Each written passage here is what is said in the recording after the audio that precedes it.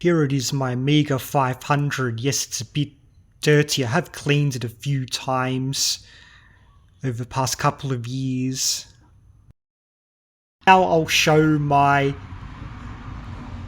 10 favourite Amiga games.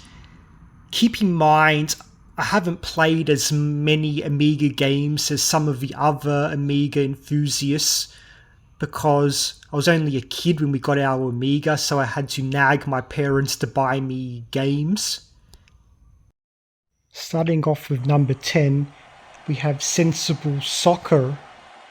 It's just so playable and fun. Its gameplay feels like a mixture of simulation and arcade.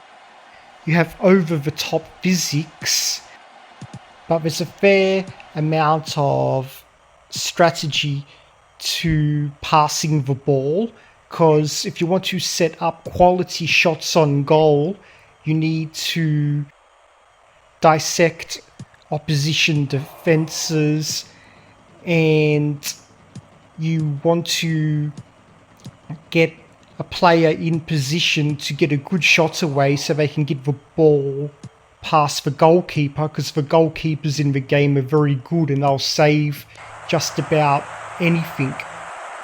I like how you can dribble the ball down the field in seconds, so it's very end-to-end. It's just as fun in multiplayer. There's only European national teams, but you can use the edits feature and create your own team, so you could create teams from another country if you wish. In case anyone is wondering, I haven't played Sensible World of Soccer. I know it's a much better game that allows you to be the manager of a team for 20 years and has the same great gameplay. I just haven't had time to play it. Anyways, I remember playing this game back in 1992 and it was so much fun. And even now I can pick up and play this game and have so much fun.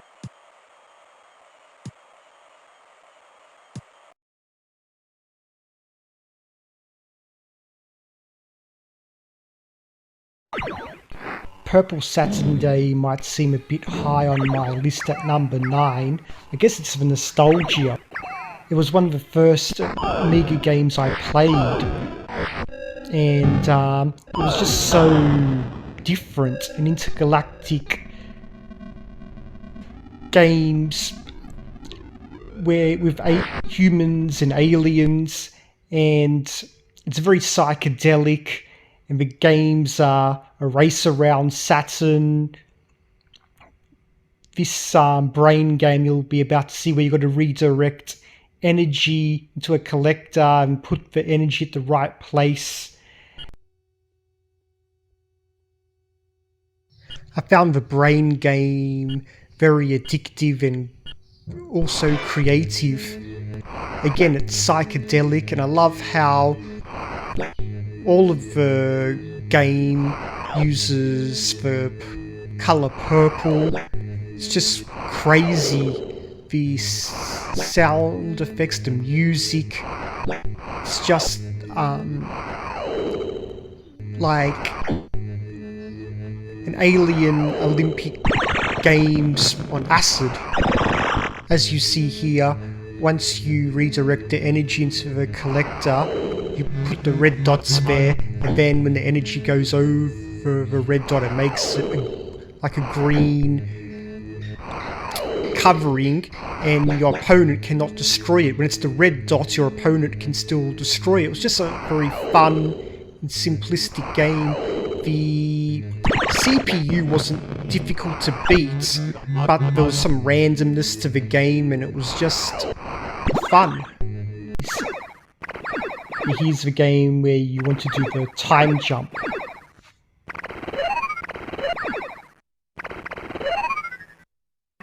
What you're about to see is a pretty lady will kiss the winner of the games, and this was a time when Nintendo were doing censorship, censoring out just kissing, but it was nice to see an adult theme in this game.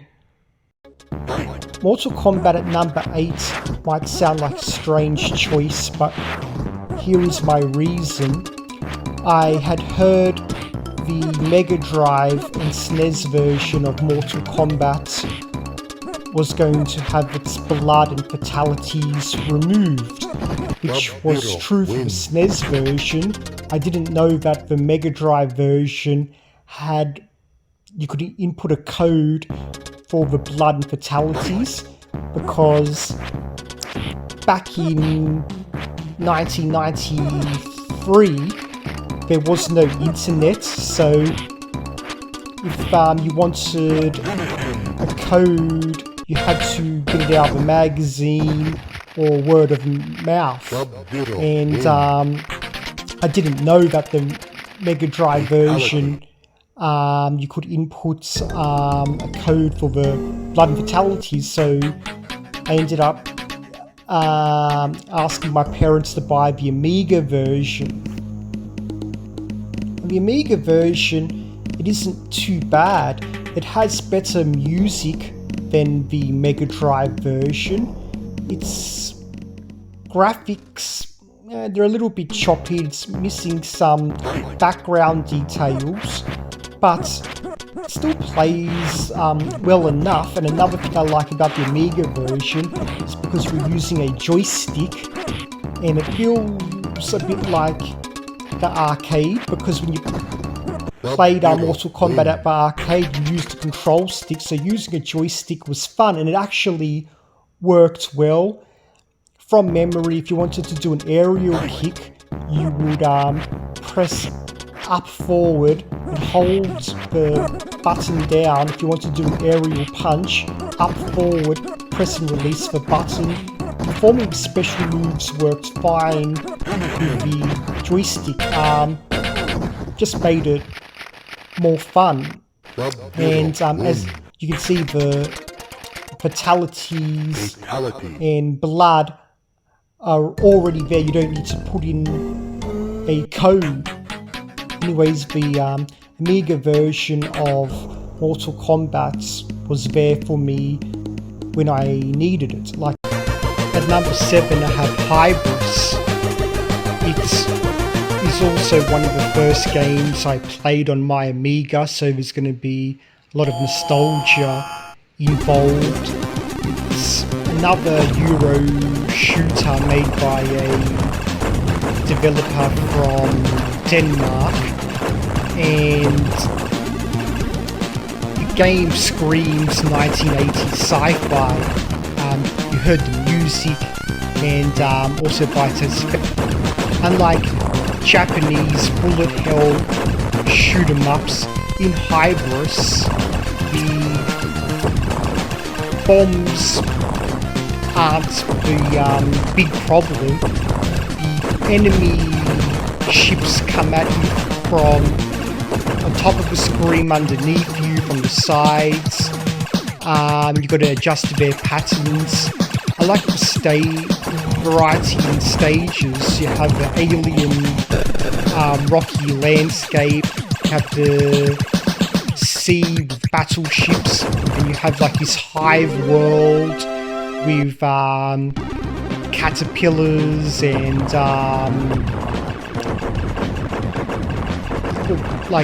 all kinds of crazy things. And yeah, I played this when I was 7 years old. It was just so much fun. You can customize the bomb speed to make the bombs go very slow, give yourself extra lives. So it's one of the few Amiga games I could win.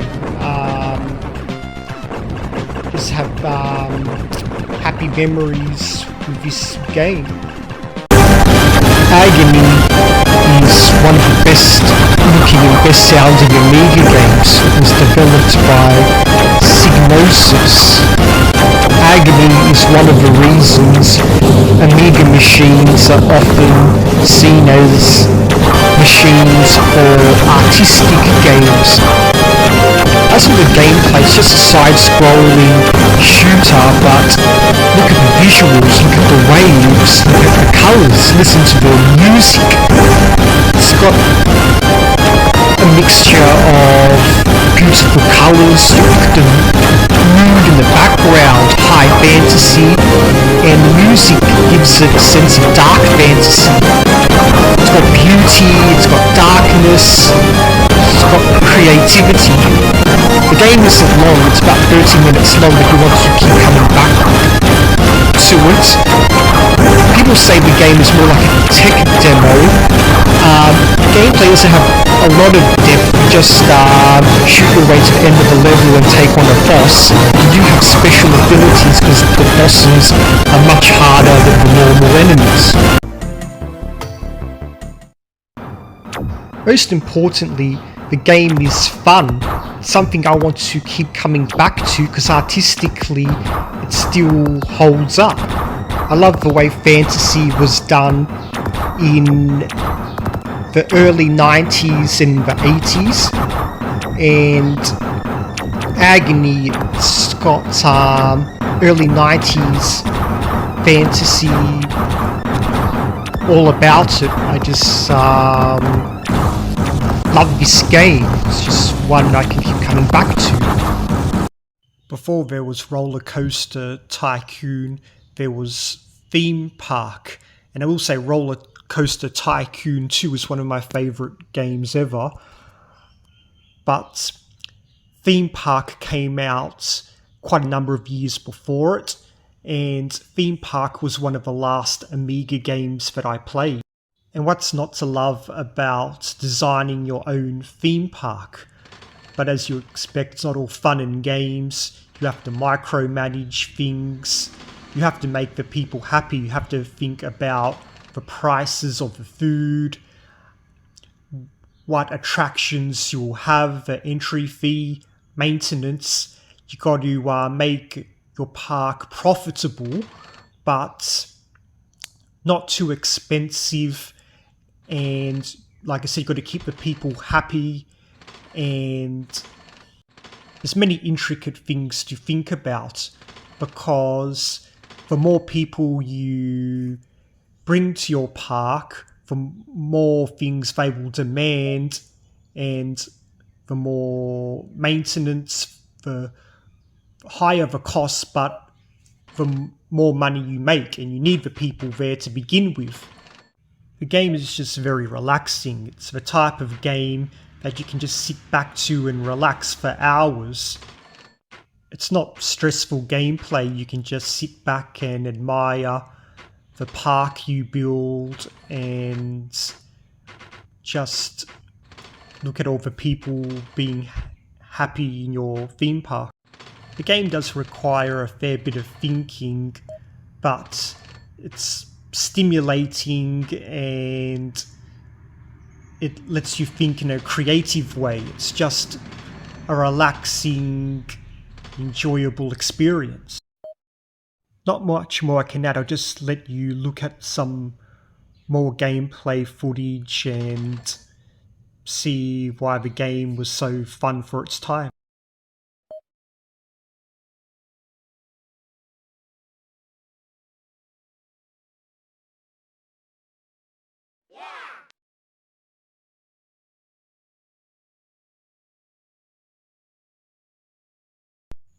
Crystals of Arborea is an RPG. Its gameplay is first-person sandbox style. You're basically searching for 4 magical crystals which you need to put on top of 4 various towers. Then you need to beat the final boss to beat the game. It sounds easy and short, but the final boss is very tough, so you'll need to do a fair bit of level grinding before you can even come close to beating him. The story for the game is gods flood the world after a deity decided to make the inhabitants in the world become evil, and so after the world got flooded, you have the islands of Arborea remaining, and you are searching for the 4 crystals, which represents the 4 elements and you need them to defeat the final boss. But I like just exploring the island. Now, the navigation isn't the best. You click on arrows instead of just using a keyboard, but it's still fun exploring the island, and there's NPCs to interact with. It's a beautiful game for its time, released in 1990. It's colourful. There's NPCs who have houses, and you can just explore the landscape. There's caves, and there's just many things to discover. To make things more interesting, even though the crystals always start in a fixed location, after an amount of time, the enemies will move the crystals to another location, then you'll have to go and find them. Now, this might sound frustrating, but for a game released in 1990, it's good they were trying to make it so every time you play the game, you can have a different experience. The combat is turn-based, and the enemies are quite tough. You'll have a party with you, and a lot of your attacks will miss, and the enemy attacks will hit. And let's just say the combat in the game isn't its strong point, but I just like exploring the island and exploring the scenery. The game got high scores after it was released, but people who play it nowadays seem to not like it. So I guess you can say the game hasn't aged well. So again, this is another game that's high on my list because of nostalgia factor, because I played it in the early 90s and I loved it. It was different, it was colourful. If you want to see what the combat looks like, there's some combat coming up. The combat is initiated when you engage the enemies. Here's the combat system.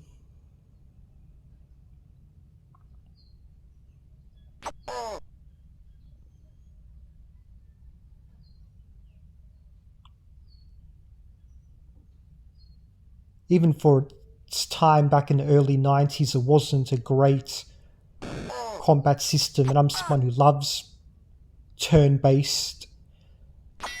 But anyways, I still found this game very enjoyable.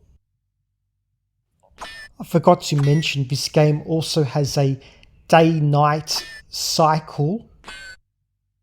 You can also split your party up and tell some of your party members to go and explore on their own, and they can discover hidden things for you, which is a nice touch, and it will be shown on the map. Before there was Command and Conquer, Warcraft and Age of Empires, there was the Settlers. However, in the Settlers, the base building and resource management is more in-depth. Before you build an army, you need to gather resources and do a lot of micromanagement before you can even think about having an army that is well equipped enough to defeat your enemy. Resource management requires an intricate chain of networks, and you need to create an efficient road system.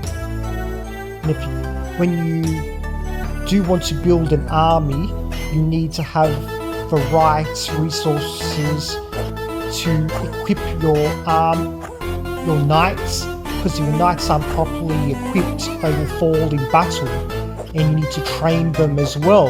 So there's a lot of management. So it's not like in other RTS games where you can build 20 infantry quickly and just send them to your enemy base and order them to go and kill everything. In this game, there's a strong focus on building a functioning city first. When you have that, then you can build a properly equipped army. I did find this game very addictive. Winning is about efficiency and city planning rather than just building quickly and killing things quickly. I also love the art direction for this game. It's colourful, it looks more handcrafted, like when even though Age of Empires has good military strategy, its buildings look, they go for a more realistic look, but I like how the buildings in this game look imaginative, and this game has a colourful style that I like. This game was released in 1993, so it was ahead of its time.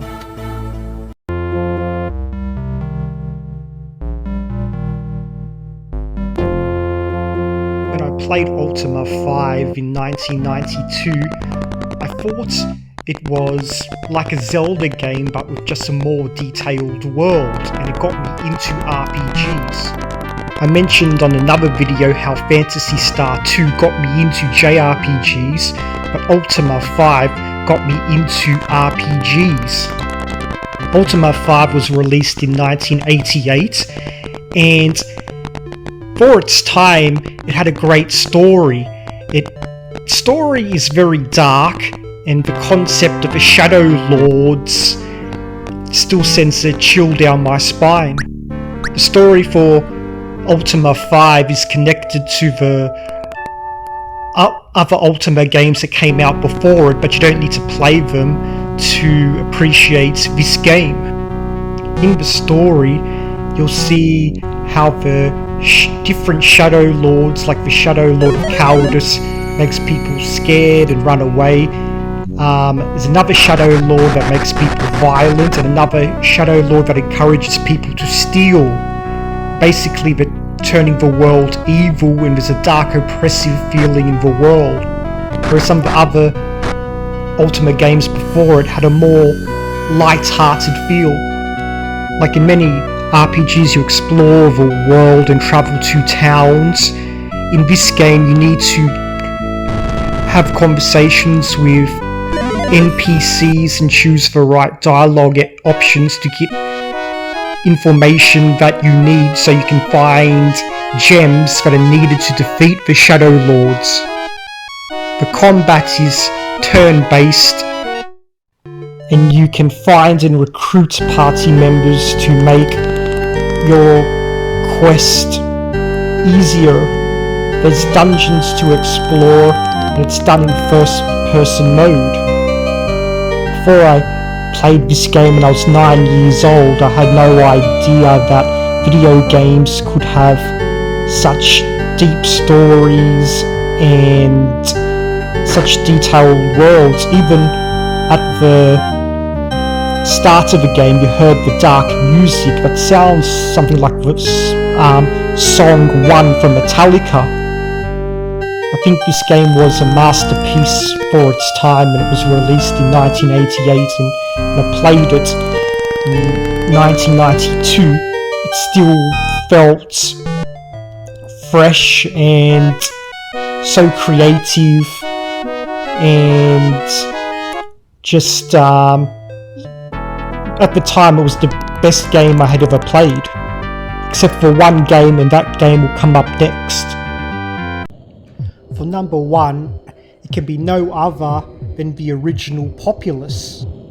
This game is often referred to as a god sim, but it has a lot of real-time strategy elements too.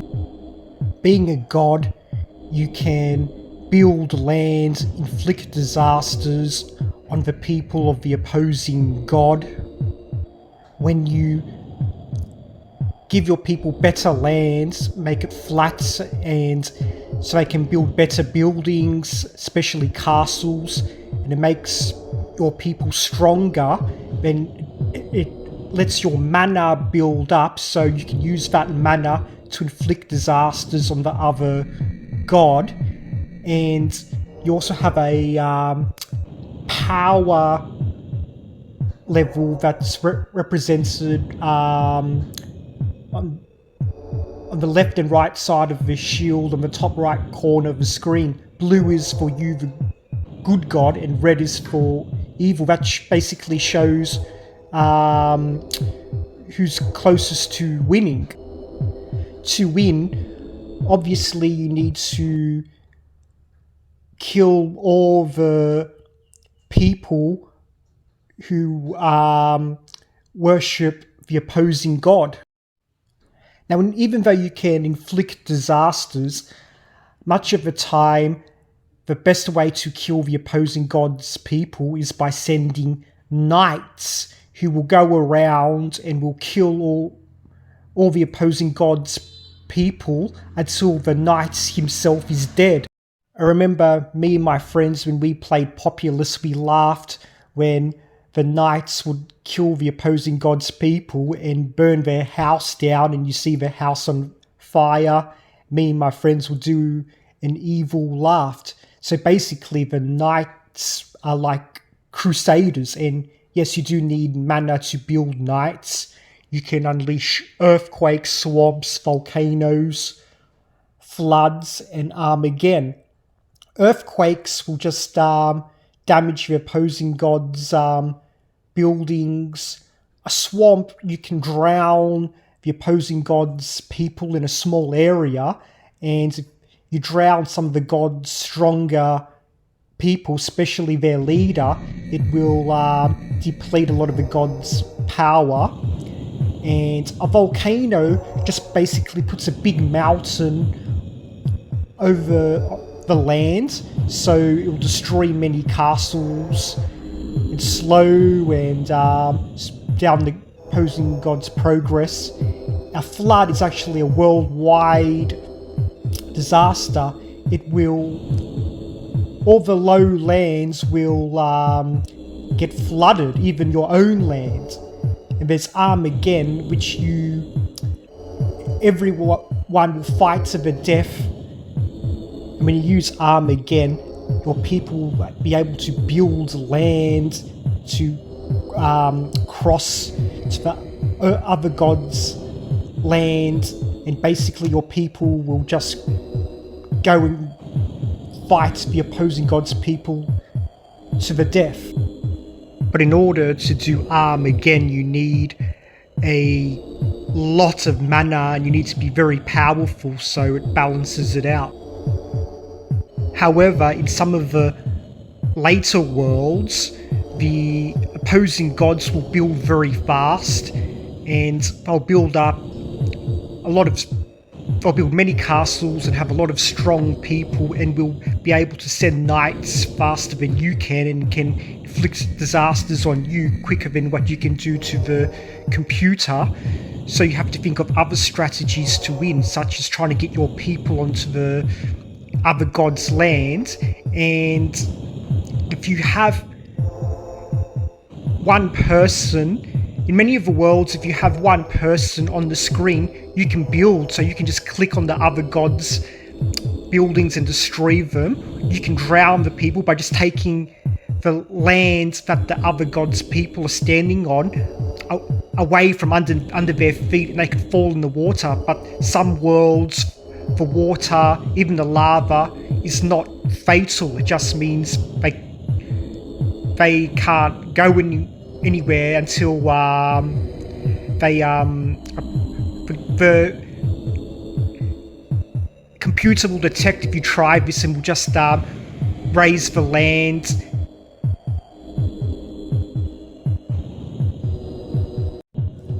But the worlds will keep throwing twists at you, because there is worlds where neither god can build any lands, and you have to use other strategies to win. There's also some worlds where lands can only be built up, which makes it slower for you to build, because if you just make one mistake, it makes it harder for you to build nice land for your people to build on. There's also some worlds where the computer can use Armageddon, and once they get a head start, they'll keep calling Armageddon and will win every time. So you have to find a way to bring the other god's power level down, and you do that by using swamps and kill their leader. Whichever one of your people touches the cross first, they become the leader. And as for the opposing god, whichever one of that god's people touches that skull, that person will become the leader.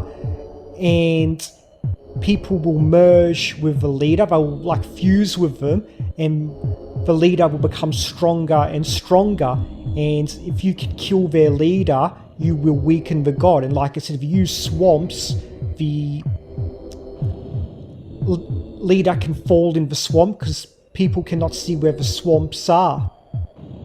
But using swamps does require a fair bit of mana, but you can save scum, so you can keep trying it until it works. And worlds at the very end, not only will the opposing god build extremely fast, they will start off with a lot more people than you. So again, the game has ways to keep things challenging. The booklet said there's nearly 500 worlds in the game, but whenever I beat a world, I would go forward at least 3 worlds, sometimes something like 10 worlds if I got a high score. But there's still hundreds of worlds. It took me, my father and my brother years to finish this game. We all played it together and chipped in together. The sound effects are amazing. You hear the chilling, don't know if it's wind or you're hearing the opposing gods, but it's quite chilling. And the heartbeat, the slower the heartbeat means the closer you are to winning, or at least you're on level pegging. The heart starts beating fast means you're getting closer to losing. This game came to Amiga before it came to other platforms, and the Genesis version of this game, the sound is nowhere near as good, and it's much better playing this game with a mouse. When I played this game in 1991, it was my favourite game at the time, and it remains my favourite game until probably the 5th gen, when I played Final Fantasy VII. Here are some honourable mentions: Chaos Engine, Speedball, that was made by the same developer as Chaos Engine, and Worms. For non-Europeans who often ask why was the Amiga so popular in Europe, well, the Amiga 500, it was advanced for its time. Its color palette was a lot more than the Sega Mega Drive, which released 1 year after the Amiga. So games on the Amiga often looked very colourful. Yes, I know the Mega Drive had other advantages with being able to do more on-screen colours and parallax scrolling, but the Amiga could do more total colours. The Amiga was great for sound and music. My music teachers in high school used an Amiga for music programs. Still have my copies of Crystals of Arborea, Purple Saturday, and I have a Populous World editor. Crystals of Arborea goes for ridiculous prices on eBay. As for Populous World editor, you need the original Populous to play it. It just gives the worlds a new theme. Fast food world in space. I can't remember the other ones, but it's basically the same game. Just gives them different themes, but it was a nice idea. So I hope you enjoyed my video. Being an Amiga owner back in the early 90s was really a special feeling. Okay, take care everyone.